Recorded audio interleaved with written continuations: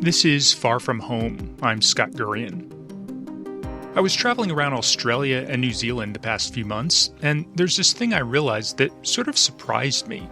I'm actually a little embarrassed to admit this was any sort of revelation, because it'll sound pretty obvious when I tell you, but it still kind of caught me off guard. This observation I had was just how important my home country of the United States is to the rest of the world. Now, to be clear, this is something I always basically knew on some level. I mean, the U.S. has by far the most foreign military bases, the largest number of staff working at foreign embassies and consulates, and the most influence in global geopolitical affairs, not to mention the international exports of American music, movies, and entertainment. I was, of course, aware of all this well before my trip, but as I spent time abroad in the lead-up to the American presidential election, I was still struck by how often news and politics from back home seemed to be on everyone's minds. It's like no matter how far away I went, it was impossible to escape. When I was in Melbourne, Australia, for example, I attended a lecture on the future of democracy, and while the panelists discussed current events in places like Russia and Hungary, it seemed like an overwhelming amount of their time was devoted to their fears of how a second Donald Trump presidency could impact the world order. As I traveled around from city to city, chatting with strangers along the way, I was amazed at how the topic of the looming election would inevitably come up, unprompted, in everyday conversations. In fact, it was rare that I'd meet someone who wouldn't raise the issue and ask what I thought. And it was all over the news. It's kind of crazy when you think about it, right? I mean, I don't recall ever hearing much about Australian or New Zealand elections in the American media. Actually, it seems like I hardly ever hear anything at all about either country. Yet, here were these folks paying super close attention to every tiny development coming out of my country, even though it was on the completely opposite side of the planet. If there was one moment on my trip that really drove this point home, it was when I was driving around the South Island of New Zealand while the American election returns were coming in. I was tuning through the dial on the car radio when I happened to stumble across Radio New Zealand. With us, you're listening to Checkpoint on RNZ National. This is our election special, and we're going to be on air until 8 o'clock. While I wasn't surprised about this coverage, I almost felt a bit bad for them. Like, don't you people have your own local news you should be focusing on instead? They had a reporter phoning in from a watch party at a brew pub in New Zealand's capital of Wellington. They've got their own candidate. The candidate is a beer there. Yes, they have, Lisa, and I've been assured that it is a balanced brew and it is completely neutral. It's called the Candidate, their APA.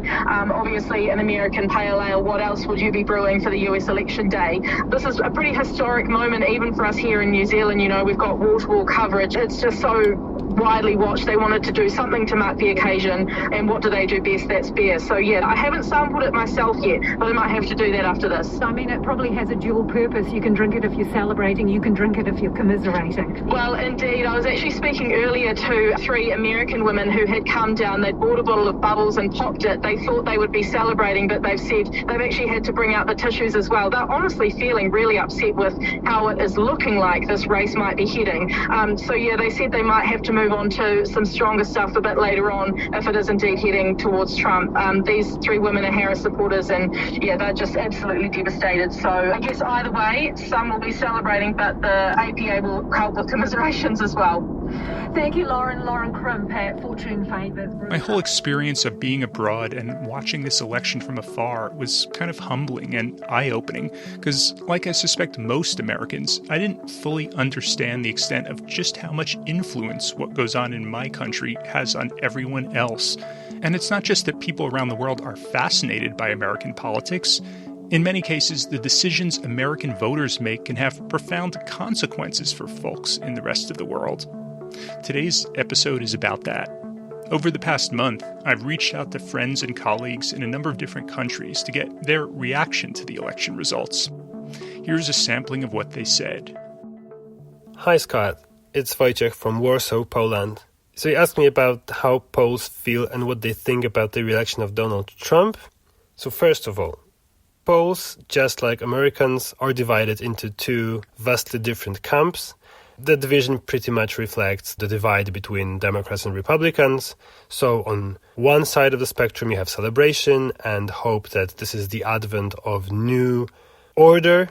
On the other hand, the more liberal democratic leftist side, people seem to be concerned, but I can't see them freaking out like they did when he was elected for the first time. I think now it's more of trying to understand why it happened. How come people in America were so much better off under Trump's administration that they decided to go and vote for him again despite all the outrageous things that he has done? So it's more of asking questions rather than being shocked. Hello, my name is Richard. I'm a photojournalist based in Beirut. Here in Lebanon, the recent US election was closely followed. News channels here covered it as if it was our own. For us, it's significant because of America's powerful influence here. The US has one of the largest embassies in the world in Beirut, which often feels like a chokehold on our country. Many here feel that the US elections shape our future, especially now as we gauge the impact of Trump's victory on the ongoing conflict, understanding that key appointments like the Secretary of Defense and the US UN ambassador will play a huge role in shaping the region's future. The choice of a new US ambassador to Lebanon will also be crucial. In truth, few were surprised by Trump's win. We've seen this direction coming for a while. My name is Daniel Tilias. I am a community organizer from Haiti, working in one of the most underserved community of the country known as Cité Soleil, the City of the Sun. We in Haiti receive this election of Donald Trump as a slap in the face. We have been praying, we have been hoping that he doesn't get elected because we know how much his message was quite threatening on the Haitian community in Haiti, but also in Haiti as a country itself. We feel concerned for the hundreds of thousands of Haitians living abroad, mostly in the US, who may not know what their status will be in January when he will start his term. My name is Mehdi and I live in Shiraz, Iran. About the importance of actually this election, Iranians were really under pressure because Biden's presidency was at the same time as we were protesting to change the regime back in 2022. And we were expecting Biden's party support us somehow. But they were not. They were just making deals with this government and this regime and just making some sanctions on the Iranian government, which really doesn't work. And they didn't care really about it. But this time Iranians actually noticed that, it's better to support the Americans. Probably it's going to be the new start to change. Hi, I'm Aditi, a creative professional based in Mumbai. Honestly, I wasn't all that invested in the American election. The way I was seeing it, it felt like a very skewed situation. I wasn't able to trust Kamala in spite of her Indian origins, but Trump was definitely motivation enough for me to want to vote for Kamala just because I wouldn't want to vote for Trump. I mean, if I was a woman in America, I would be very scared considering his views on women and their rights, especially the abortion rights. And I even felt sad as an Indian. Of course, Modi supporters were really happy about Trump winning because of his and Modi's relationship supposedly. But that's between them as politicians. I hardly see Trump winning of any benefit to India in general. I know it's going to be even harder to come to US now. But the worst of all is Trump's attitude towards climate change. I mean, we're already seeing the effects of it here in India. And America being one of the most powerful countries, it would be really sad to see it drop the ball on such a grave issue.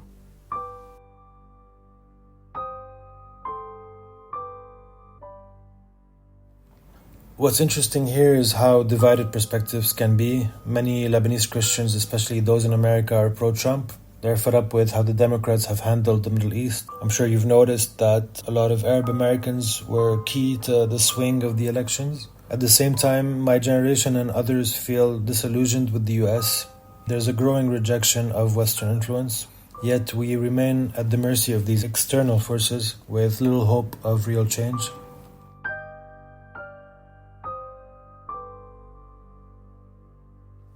Now on to the most important thing, which is war in Ukraine. I deeply believe that people are very tired of the tactics of the strategy adopted by Biden's administration. Biden's administration very obviously wasn't offering any resolution. We feel like the American support was only enough to sustain the conflict and not making it progress to any sort of ceasefire or peace treaty means that there are more and more casualties on the Ukrainian side and obviously on the Russian side too. And this is something that I guess no one wants. We see from up close how this war is causing a lot of sorrow, how many people die, how many people are displaced. And I think that everyone in their head is just looking for some sort of a resolution. Except for Trump lovers, I don't think that there are people who believe that this resolution would be perfect. There is no good way out of this conflict. No one wanted it to start in the first place. But we hope that maybe this change would make some sort of an impact on this conflict. And we hope that this is something that actually might contribute to some sort of the resolution. Hola, my name is Justin Osciello, and I am a resident of San Juan, Puerto Rico, a territory of the United States since 1899. The news of Trump's victory wasn't welcomed here in Puerto Rico, where Hurricane Maria devastated the island in September 2017. Because of the well-documented slow federal action on humanitarian aid, supply delivery, electric repairs, and more, Puerto Rico endured massive suffering and the longest blackout in U.S. history. Residents here recoiled in disgust when they heard the news about Trump tossing paper towels to storm survivors. But in fact, many people, me included, only learned about that days later because only a few radio stations were transmitting, cell phone towers were either down or had run out of diesel, and of course, there was no power to watch TV. That was Puerto Rico in late 2017.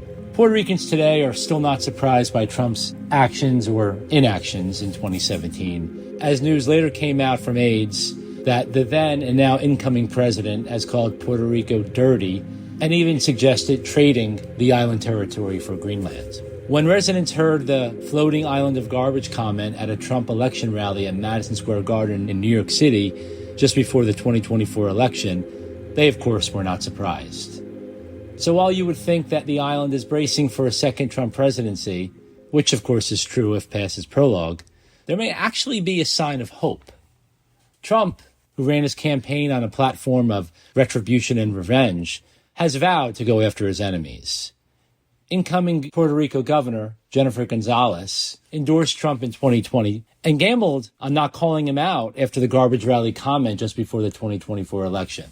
Gonzalez has previously served as the island's resident commissioner, a member of Congress with no right to vote for the final passing of bills, and reportedly has a good relationship with Trump.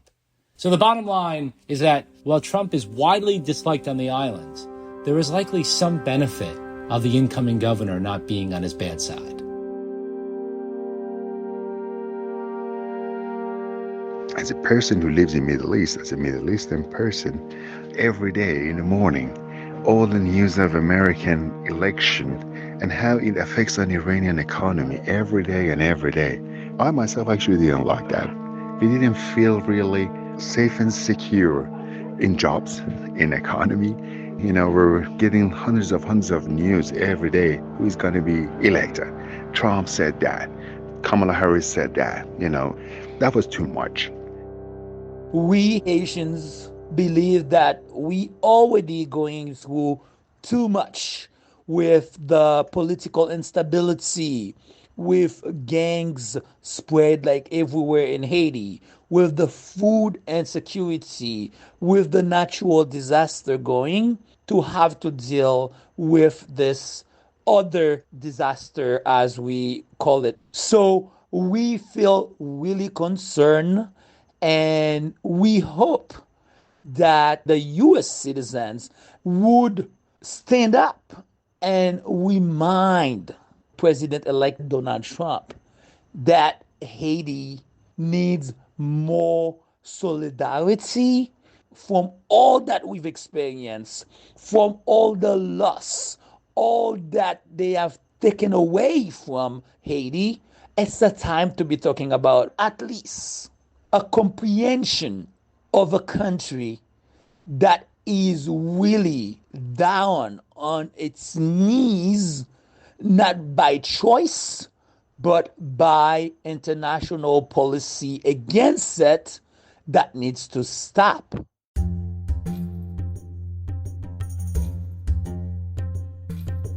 Hello everyone, my name is Roya from Afghanistan. Roya is not my real name since the situation in Afghanistan is really dangerous and revealing my real identity is risky for me. Afghanistan's situation have been unstable for approximately 5 decades. We have experienced conflict, war and poverty, which result receiving support from powerful countries. US is the most recent and the leading supporter, so its election and the result was of interest. Most people followed TV shows and news about US election. Nearly all of them were influenced by Mr. Trump's point of view on Afghanistan. They think his returning to power will change the future of us. US will get the control of some military airports followed by job creation. Taliban will be forced to respect human rights, especially the women's rights. However, my point of view is completely different. From my perspective, there are some other high priority issues around the world holding the attention of Mr. Trump and his team other than Afghanistan. The way I see, he won't have any specific program or policy. The only concern, agreed upon by all, is his immigration policy. There are thousands of Afghans in the US who are undocumented immigrants. They believe they will be affected of Mr. Trump's mass deportation policy. On the other hand, a large number of Afghans are waiting to be evacuated or getting the US visa. Both groups are very nervous about their future. In my personal view, a second Trump presidency is a serious threat, not just to Lebanon, but to global stability. The environmental and human rights repercussions could be severe, as I expect escalating conflict in the region for at least the next 6 months. If Israel had a carte blanche before, now it feels like they've been given an entire blank check to act unchecked. Some friends of mine actually were saying Trump is going to be elected, and I was not thinking like that. I thought, okay, Trump didn't have a good reputation previously. I didn't actually believe that he's going to be elected this time. But this is what I really expect that, Trump is going to do. He's a businessman, generally. Most of the countries around the world, they want to make business with him. They don't really care who he is or how he acts, but it's just like a business. Whatever makes more money for him, for America, he's going to do that. Most of the friends of mine think that, he's going to be changed to support Iranian people, but he's not going to do that. My name is Frank Mugisha. I lead an organization called Sexual Minorities Uganda, SMUG, which is the largest umbrella organization for LGBTQ persons in Uganda. Uganda is a very, very conservative country, and most recently we've seen Uganda getting very, very dangerous for any person who is LGBTQ+. Any person in this country who is openly gay or living in the closet is potentially at risk of either being arrested, being violated physically, mentally, or sexually, or being beaten, or being outed in the media. And the majority of the hatred is influenced by extreme anti-gay American Christian evangelicals who travel all the way from the United States and come to Uganda and work with our own members of parliament and religious leaders to promote these extreme legislations. And we have seen that hate speech and hatred has manifested into actual violence. What does it mean for Trump's presidency, for the LGBTQ community in Uganda? Globally, Trump will care less about LGBTQ plus human rights. And so what that means is that the anti-gay movement that is very powerful and very strong, that has very close connections to Trump's administration, is going to thrive financially and technically. The work they have been doing in promoting hatred abroad in countries like Uganda, Ghana, Malawi, Zambia, Eastern Europe, and other places is going to thrive. That means they're going to have the resources to be able to do their work of hatred even more. But worse is that when we are under attack by these very extreme anti-gay legislations, violence in our own countries, the Trump administration will not step in and stand up for the human rights of LGBTQ persons.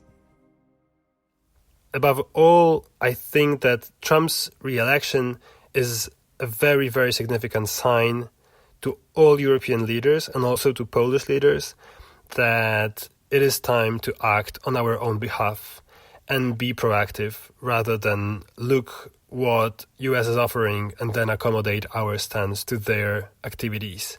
From an outsider's perspective, it's clear that many Americans think of the US as the whole world. I would urge American voters to consider that their policies have a real impact globally. Instead, if the US shifted its focus inwards and invested half as much in domestic issues as it does on foreign influence and defense, they would have a stronger, more respected country. I strongly believe that the American people didn't elect Trump for Haiti to stay down on its knees. We believe that it's a time for people to start changing the way they see Haiti. The American people need to be our new allies. It's a new opportunity for the United States of America to show its wisdom, to show its humanity to other country. I think that's the real way that people become great, by lifting the one that needs it the most.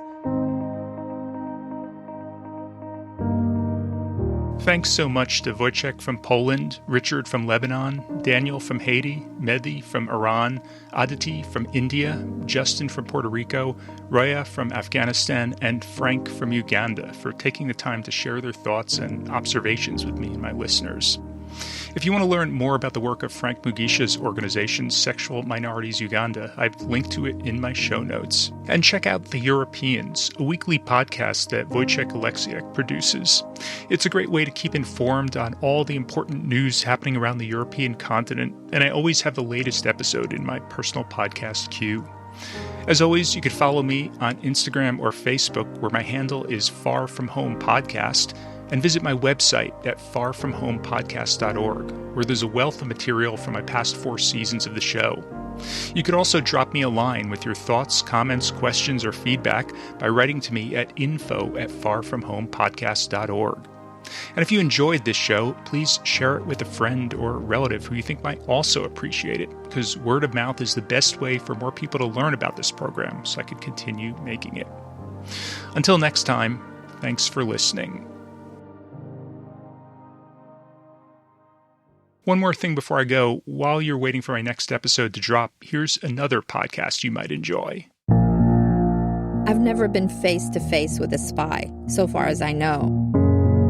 But when I started talking with dissidents from Iran, I learned that in their world, undercover agents might be anywhere, and sometimes they make themselves known. They even threatened his family members in person. Did he tell you what they would say to them? That he would be executed. I followed the story of 2 friends who worked for the Iranian government, who resisted the government, were imprisoned and fled to Turkey. Now one is alive and one is dead. I tried to find out what happened. This podcast is everything I discovered. This is Lethal Descent. In the psyche of the Iranian regime, a single dissident can start a revolution, and dissidents say they're being hunted. Most of the blood was in the bathroom. Then, a court case in Istanbul exposed the inner workings of a secret kidnapping operation. It was said to be run by Iran. I tried tried to get inside to find out how it all worked and to see if anyone was going to try to stop Iran from doing it again. Are Iranians safe in Turkey? Are Iranians safe in Turkey? Is this the question? We see them using new technology to, by proxy, threaten individuals. It's all about bribery and corruption. I found that Iran's agents weren't just threatening people's lives. They were playing a psychological game. Maybe they kill me. And I'm sure they kill me. I'm Fari Banawa, and this is the story of Iran targeting its own citizens abroad, told up close through the lives of the dissidents and the operatives hunting them down. From The World and on Spec, in partnership with PRX and The Verge, and with support from the Pulitzer Center and Zamana Media, a 9-part podcast series, wherever you get your podcasts.